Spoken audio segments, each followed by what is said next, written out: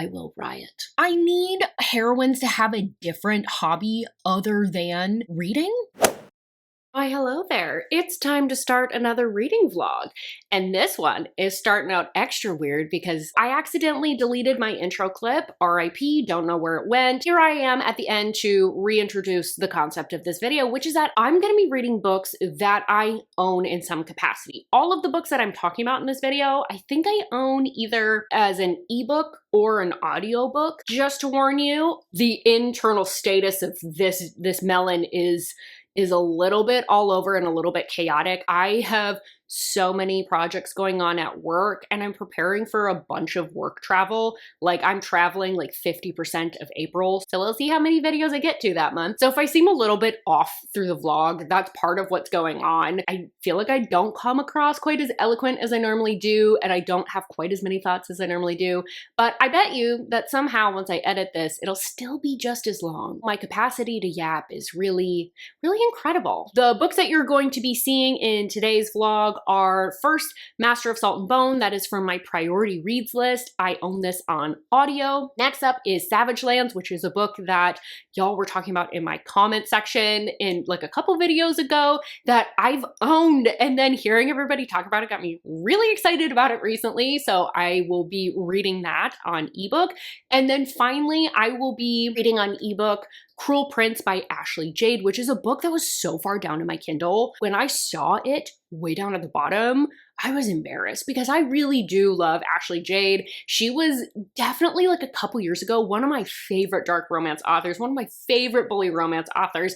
So we're putting her to the test with one of her more popular books. Those are the books that you can expect. So the next clip that you're gonna see is actually me on a business trip in a hotel room. The audio on it, horrific. Jail, prison, it's so bad. That room was so echoey. RIP to my headphone users, I am so sorry. The clip isn't that long, so hopefully it's not too painful and you still want to stick around. Without further ado, take it away past me. All right, hi, good morning. So this is going to be a little bit of a different update. I ended up having to go on kind of a last minute business trip. So I'm in my hotel room, but I got some good reading done this morning because I have a little bit of time before I need to go to my first meeting. I just have my cup of coffee. If you're looking at this towel and you're like, what's going on there?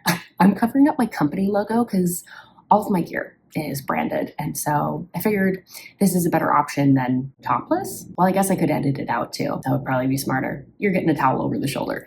So I am now 40% into Master of Salt and Bone, and I'm really glad that I didn't talk too much about what the book was about before this, because honestly, it's way different than what I thought it was going to be. I think I would describe it as like sort of gothic, but it's not as eerie. It's not as creepy. There's just like a few things where you're kind of like, what the heck is going on with that? Basically, we have our heroine and she's about 19 years old. She wants to go to college. She has incredible music talent, but the problem is she just doesn't have the money. And she could try and get some jobs in town, but she doesn't really have the best reputation. It seems like her mom was kind of known for being a little bit loose. And you know how small towns are, they just kind of extend that stereotype to the daughter then. So she doesn't really have a good time while she's there. So there is this castle that is some ways out of town, but the family is known for being like really creepy. The Lord of the Manor, who is our hero, it's rumored that he has offed his wife, although there's no evidence of this. His son is also missing, so it's kind of like, what is going on with this family?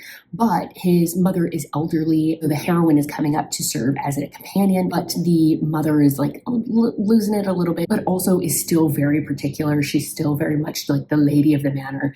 And so she's kind of got particular ideas about what she wants to do, but she's not always like fully together and with it. Most people are like, yeah, you're not going to make it very long. But somehow she's kind of proven them wrong at this point. And, you know, since then she's kind of had a couple run-ins with Lucian, but not too much. And then we're also getting a second timeline that is like Lucian when he was like 16 and first meeting his wife, and also some secrets that his father has. Right now, the way I'm kind of feeling about the book is like, I'm excited when I'm reading it, but I don't feel this like immense like pull to pick it up I think the heroine's interesting, but not like super notable. I think right now, the second half of the book is really going to determine how much I really enjoy this book, because so far it's been so easy to read. I've burned through the first 40% so quickly, but I don't feel very strongly either way just yet. And I think it's because the romance hasn't really taken off, and there's so much that I'm still learning about the world that I feel like I'm honestly kind of still in the intro portions of it. There's like a little bit of like spooky mysticism where kind of like, what's going on with this maid? She's a little off, but it's also like not so like, what the hell, like mind fuck, like Fairy Tale was for me. Because I just read that, and that's also gothic, and that was like, what the heck? That was like delusional levels of gothic where I just didn't know what was going on. So this one just feels like a little bit more straightforward, but I think I'm still getting introduced to everything that's going on. I'm still intrigued. I'm still excited to read more, but we'll see where the second half takes us. And I'll probably update you when I have this finished. I should be returning home today from my work trip, thankfully, and hopefully I will be able to update you very, very soon. I think the heater's about to kick on, so I'm going to sign off now. I will see you when I'm at home. You know what's crazy? Whenever I film myself, my hair always looks like greasy. This is clean hair.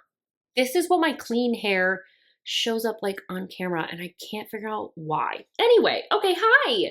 So it's been about a week since I last updated you, and I just did no reading in the past like week or so. It feels like a kind of like perfect storm of different things. I have been feeling kind of just like stressed and or depressed. It's kind of hard for me to tell just because both of those kind of show up the same way for me, which is that everything feels really like a whole shit ton of effort. I'm kind of like feeling that way, and I don't know if it's because there's just a lot going on at work, and so there's like no coast mode there, and then I just also haven't been able to like quite decompress. And then I also was looking for like a really, really hyper specific, I found out, trope. I didn't think it was gonna be this hard to find this trope. So I'm gonna put this out here. I want a book about a cult, not a secret society. I want a religious cult. Has a compound, and the majority of the book is taking place on the compound, and the book is focused on getting out of the cult. That I really like. If you've read Anointed by Charity B, or if you've read the Cloister series by Celia Aaron, that's what I'm looking for.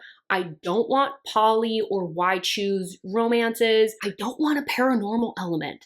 I can't tell you how many cult books I've come across that have a paranormal element. So if you have any recommendations in that vein, please throw them my way, because I kid you not, I spent probably 5 days during the time that I would have normally been reading looking for this book, downloading and returning them to Kindle Unlimited. I don't know why it's so hard to find this trope. It's crazy to me because I just stumbled across 2 of them unintentionally.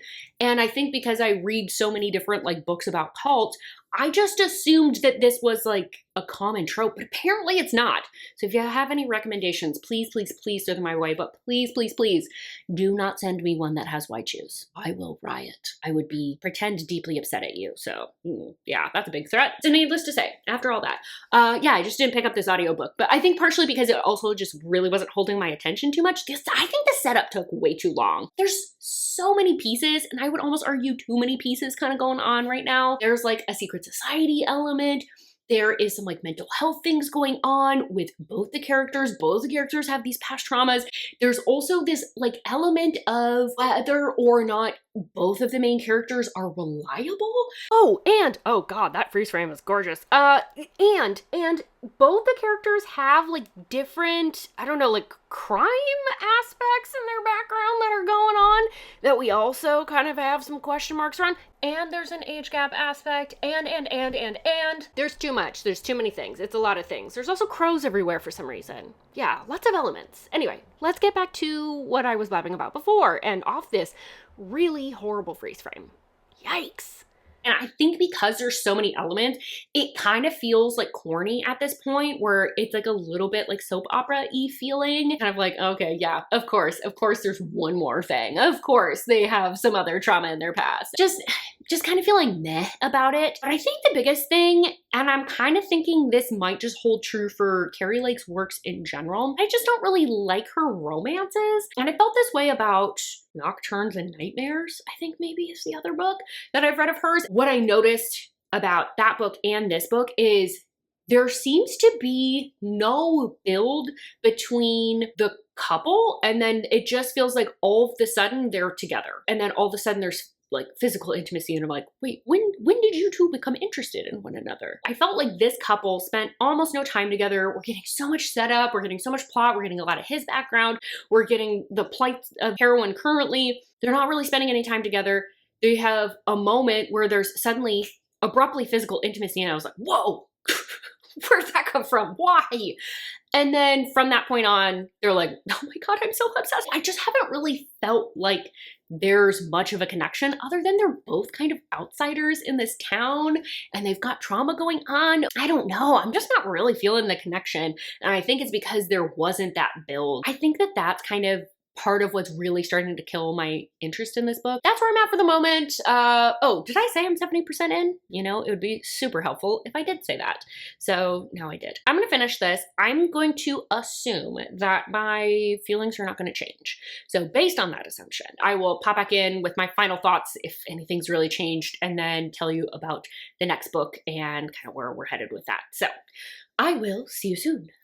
My hello there. I have finished A Master of Salt and Bone. I'm gonna be honest, I just didn't find any of the reveals at the end very surprising. The ending just felt like a barrage of trying to wrap up every single storyline.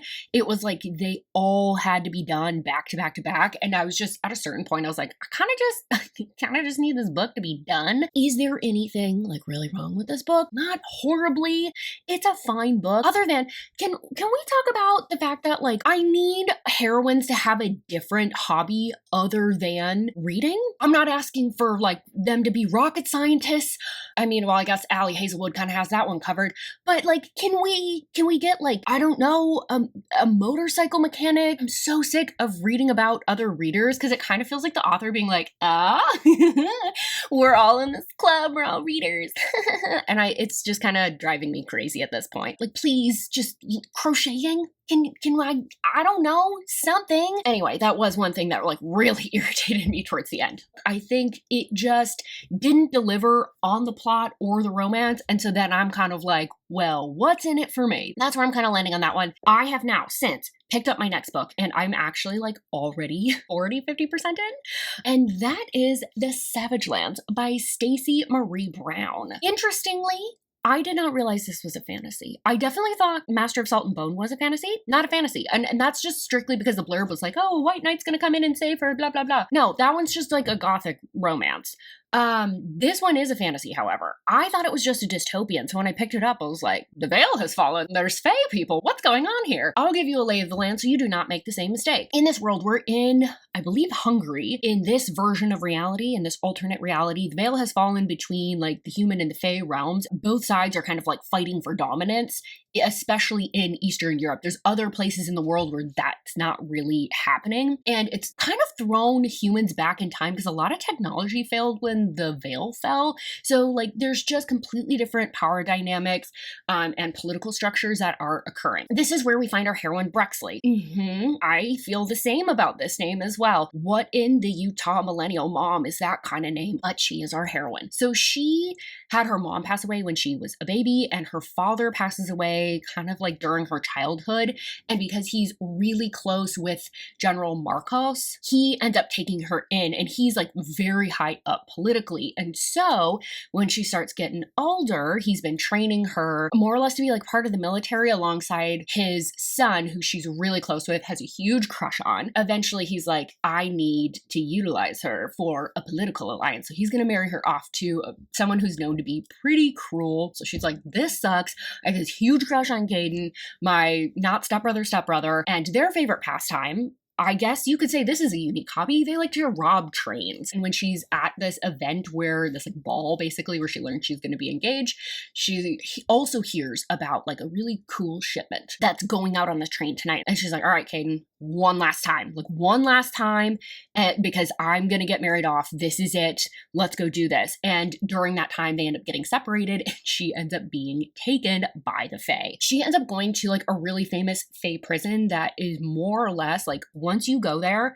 you do not come back. Like, this is a death sentence. And it houses like the worst criminals. It's like humans, fays, demons, like everybody's housed here. She's fresh meat. Everyone's trying to keep her down at those bottom levels and to make sure she doesn't make any alliances. Now, there's one person in this prison that seems to defy any of these structures or categorization, and that is Warwick. And nobody seems to really know what he is. They don't know if he's human. They don't know if he's fae. He doesn't seem to be either, but he is the most powerful here. And there's something about him that everybody is drawn to, including our gal. Yeah, the prison is where we spend the majority of our time in the book. So it's interesting because it almost has this like fantasy dystopian prison planet blend kind of a feel. So it's super, super unique. However, I will say that when we were first starting off, I was like, oh no, this is feeling really tropey and I'm feeling really betrayed by the people that recommended this to me in my comments. Because at one point I was like, I'm going to update at like the 20% mark. I'm glad that I waited to update because that beginning is super tropey. So just be aware, it's very much like, I'm a pampered princess, but I don't really realize it. I've had a very hard life. I prefer to be fighting rather than at these frilly balls. So much character growth, even in those beginning phases, because she realizes that her training is not the same as actually carrying out all of this stuff. In reality, there is trauma. She is human. She gets taken off guard and she really realizes how unprepared she is for the real world and how to apply this skill set. However, she still does have a skill set that she can kind of rely on occasionally. So like she can best people with fighting, but it's not consistent because again, it's all been in a theoretical sense and not in like a real world application. Now, things are super tense because we're in this prison. No activity is like safe or casual. It's a little bit of a white knuckling through most of the book because there's threats literally around every corner, especially because of her identity. If that gets revealed, like she's screwed. With the romance, I wouldn't say that there's like much going on. So far, there's been like 1.5 interactions, and I don't know how to explain the 0.5 of that. They've had like one interaction that's basically been like, stay in your lane, get out of my way, girl. And then there's another one that it was like, I can't tell if she hallucinated it or not, or it's like just in her head. So pretty minimal interaction so far. Starting to get a little bit horny though. Definitely leaning into the horny side. But I'm really just loving this kind of like Eastern European flair that we've got. But yeah, that's where I'm at so far. I'm going snowshoeing tomorrow. And I think I'll probably end up blowing through the rest of it while I'm snowshoeing. So I will update you when I get back from that. And we shall see what my final thoughts are on this bad boy. But so happy to report that this one is going so much better. I get it. I get why everyone was hyping this up in my YouTube comments the other day. Like, no joke. I think there was like 2 or 3 people that had read this book in February. So I'm gonna go finish this and I will update you when I've finished. See you soon. Why, hello there. Kevin is joining us over here. As you can see, he is eating. So you're gonna hear some little crunching from him. So sorry about that if you're hearing that. But I have finished Savage Lands. For some reason, it's been gray all day, but I got like a little bit of sunshine. So I thought I'd try and update you, even though I just got up from a nap. If I'm looking a little bit worse for wear, it's because of that. I got up super early to snowshoe. 8 inches got dumped. I was slogging through some dense snow. I was pretty darn tired when I got back, but I was having such a fun time because I had Savage Lands to listen to and I ended up finishing it while I was in the mountains and I was having a grand old time. In some ways, it did feel like it kind of got repetitive, and in a lot of ways, I felt like there was just enough at every turn to keep me interested because we're confined to the prison. So you're kind of getting like a cycle of events that happen kind of day to day. There's not a lot of deviation, but there's just enough little things that were thrown in to keep things interesting. However, there were kind of like similar patterns that were still happening. Like there was a lot of fights where she just got her butt handed to her. And granted, you can't win every fight. Like that would be over the top too. But she would run her mouth and then get beat up. And you're just kind of like, God damn it, not this again, not this again. And you're just like rolling your eyes a little bit. Just about the time that I thought it was getting to be too much, we were seeing a lot of character development. She really had to reckon with how much privilege she lived with before this and how hard she thought she had it versus how hard it actually is for the rest of humanity. There's a couple major happenings that don't get fully explained and there's conversation around it, and like Brexley is asking the questions, but she doesn't necessarily get the answers that she's looking for, or really any answers at all. Yeah, definitely looking forward to getting those in the next book. I will warn you, this has a horrible, intense cliffhanger. All I want to do is go read that next book. It is taking everything in me. I am a little leery of the next book only because it includes a thing that always seems to happen in second books that drives me crazy. And so I'm hoping that that aspect of things doesn't last that long. I loved this book. It was so fun. Not without its problems, not without its issues. I'm not really sure what I'm going to pick up next. I'm not going to lie. But I will get a little ways into that, maybe 30-40%, update you on what that's about, let you know what it is. I mean, you already know what it is because you see the thumbnail for this video, but I'm gonna go figure that out and I will see you soon. Hello, so it's the next day. I decided last night that I would be reading Cruel Prince for my final book. So this is a book that has been on my Kindle, I think pretty much ever since I read Hate Me, which is another high school bully romance that Ashley Jade or AJade has done previously that I really enjoyed. And so this is kind of been on my radar since then, but I just never really seemed to get around to reading it. Even though I really enjoy Ashley Jade's books in general. It's got the Devil Duet, she's written The Words, and obviously Hate Me, which I've also read. So this has been on my radar for a while and on my Kindle for a long time. So let me give you a lay of the land so you know what it's about, and then I'll talk about kind of my initial thoughts and feelings. Because, well, I guess they're not so initial because I'm actually like over halfway through the book.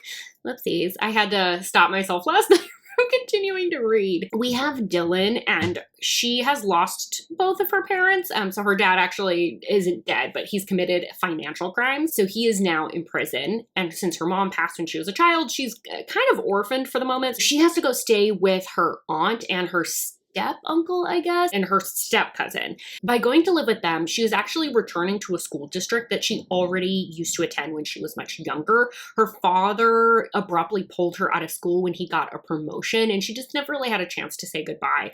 And not that she had a ton of friends at this school, but she did have a very close relationship with one of her classmates named Jace, and they did everything together. This was her first crush. He was really everything to her. They really bonded because they were both kind of outcast to a certain degree, and also because both their parents had died, so that really caused them to bond. So when she ended up leaving, they lost contact. Jace just stopped responding, never returned her texts or her calls, and so she was always kind of hurt by that, but you know, obviously you've got to move on. Now that she's returning, she's eager to connect with Jace and figure out what the heck happened, but he is not excited to see her. In fact, he is angry when he sees her, and he is just determined to make her life a living hell. And complicating this factor is the fact that her step-cousin is his best friend now. So not only is school not safe because he is the most popular guy in school, he rules his school, he spreads the rumors, he can get everybody to kind of gang up on her there, but also at home, Oakley is kind of pulled in with Jace's plan and reporting back on the happenings there and all of that. We have kind of two timelines going on. One is that current timeline after she returns to this new school, and then the past timeline where they are having kind of these pivotal moments in their young relationship, like how they met, when they first started kind of having feelings for one another, the moments that they were there for each other when there was like a large amount of emotional turmoil, that past timeline. And that one also kind of has like a tenseness to it because Jace has since lost his brother. So you're getting glimpses of this brother. This book is interesting in that I like it more than I expected, and I'm disappointed with how tropey it is. We've got Dylan, who is not like the other girls. All these mean, perfectly coiffed cheerleaders are coming after her. They hate her because she's different and wears Doc Martens. She doesn't care about being popular, all that sort of thing. And then, you know, Jace is like the guy that rules the school. He can do no wrong. Everyone wants to be on his dick, etc., etc. It feels very familiar, which is kind of a good and bad thing. Bad because I have been questioning myself this entire time. I'm like, have I read this already? I know I haven't, but I feel like I have. It reminds me of like a Penelope Douglas book, like maybe like Bully or even some elements kind of remind me of Punk 57. There's a sense of nostalgia almost instantly with reading it because it feels so familiar, but there's also kind of this disappointment of like, oh, I just don't think that it's really like doing that much. Now that said, I am really curious about this past timeline. Clearly, there's been some sort of miscommunication that has occurred between these two in that past timeline. So you're like looking for all the clues when you get to those scenes, and even like the interactions with the younger brother. There's a lot of question marks around his death. So it's like, okay, is this something that ends up leading to his death? Does he have health issues? So it's like tense there. It's also tense because she's getting bullied in the current timeline, and she's just trying everything to just get people off her back. She's trying every tactic that she can think of, ignoring them or like snarking back or playing into the things that they're trying to do to her so that she shows that they haven't gotten her. In some ways, I think that kind of shows off some of Dylan's personality. I am a little bit worried though that once we kind of remove that mysterious element of like the what happened that's kind of been keeping me reading, that it's gonna fall apart a little bit, because I don't know if the main characters have enough personality to support the rest of the story to keep me engaged. I don't know. That's kind of like a question mark. So we'll see once I get further in if that's an issue. So that's kind of where I'm at for the moment. I need to get some work done, and then I'm hopefully gonna finish this today, but I probably won't update you until tomorrow so that we can have like halfway decent lighting for the wrap up and just kind of recap all of the books that we've read so far. All right, see you soon. All right, hi. Kevin is creaking his way over to his food dish. I guess this is just becoming a theme for him, but I have finished Cruel Prince by Ashley Jade or AJ. I still didn't look it up. Professional here. The last half of the book, thoughts and feelings. Okay, so the funny thing was, my concern, I think when I last checked in with you, was that once we knew the reason for the bullying, I was like, I don't know if they have enough personality to kind of like prop up the rest of the book. I never end up having to worry about that, not because it turns out that they had personalities, but because the tension and drama of everything, the reveal happened way later in the book. The reveal itself, I predicted like 95% of it. That's not that uncommon for me. I do tend to guess twists in books just generally. It's why I stopped reading thrillers. It's not a surprise that I guessed it, but at the same time, I just wanted it to be something different really bad. I really wanted to be surprised by this book. Although I can understand the teenage logic of how we got to this point in the current timeline of how Jace came to the conclusions that he did, I think the thing that bothered me was that he inherently trusted someone who has been untrustworthy and not his friend. He didn't even ask his friend. Why wouldn't you be going to them to figure out what happened? Hopefully I'm like removing enough details and abstracting this enough that it's like I'm not giving too much away. But that part kind of frustrated me. Again, I can kind of understand Jace's logic from like teenage brain. We're devastated. We're not thinking clearly. But I think as like a 30-something-year-old, I was like, just kind of feel like if we had talked about this, or honestly, he could have even like thrown this in her face. But he didn't even do that. He just like bullied. And so I'm like, I don't know. I feel really mixed. And in fairness to this book, I've also read what I can only describe as probably the ultimate bully romance somewhat recently, Untouchable by Sam Mariano. That might be tainting how I'm approaching this book too. All of this said, I still had a pretty good time reading this book, although ultimately I don't know that I ever really loved Jace. He is in a position of like pretty immense privilege, like money-wise, and he just is really blind to that with other people, to the point that I was kind of like, ooh, sometimes I'm actually not on your side, my guy. All this said, there is a character in here that their storyline, I was like wanting to push these two main characters out of the way and be like, what's going on over here? Oh my God, there was reveals with their storyline that were actual reveals for me that I would have never predicted, that in hindsight, I'm like, oh my gosh, all of this makes so much sense. So I'm really, really curious to get this other character's book, and I may just skip to that person's book. I have a feeling that one's gonna be really, really killer. But those are my thoughts on Cruel Prince. I think with this one, I'm landing somewhere between like probably, if I was to rate it, like a 3.5 and a 4, with Savage Lands, that's definitely a 4-star read. That was such a solid fantasy romance. Thrown the dystopian, which I'm loving lately. I'm very excited to continue this series once I'm done with this vlog. Finally, Master of Salt and Bone. I think it's a fine book. I think it just tried to do too many things and didn't do any of them quite to the level I would like them to. I wish it had been kind of tightened up a little bit and gone deeper on some of those things, and also had just put a little bit more into the chemistry of the romance rather than the physical aspects. I think this really could have been a really killer book, or worked better for me at least. But again, not a bad book, just not done to my taste. That's where we're at with books that I own that I needed to get read. It feels really good to have these read and kind of like off my mind, because these were definitely books that I kept thinking, I need to read that, I need to read that every time I saw the cover. So it feels good to check, have it done, and also have found some winners. With all of that, thank you so much for dealing with kind of the weird vibe of this vlog. I have felt pretty all over the place. Work has been really intense lately. I have a lot of work travel coming up in April. There's a lot of big projects due. So there's just kind of a lot going on, which might be why this is feeling weird to you. Thanks for hanging in there. You made it to the end. If you did end up liking this video, please give it a like. And if you'd like to see more content from me that's not just me in a constant state of internal chaos, subscribe for more videos. And I really, really hope that I see you on my next video. Bye-bye.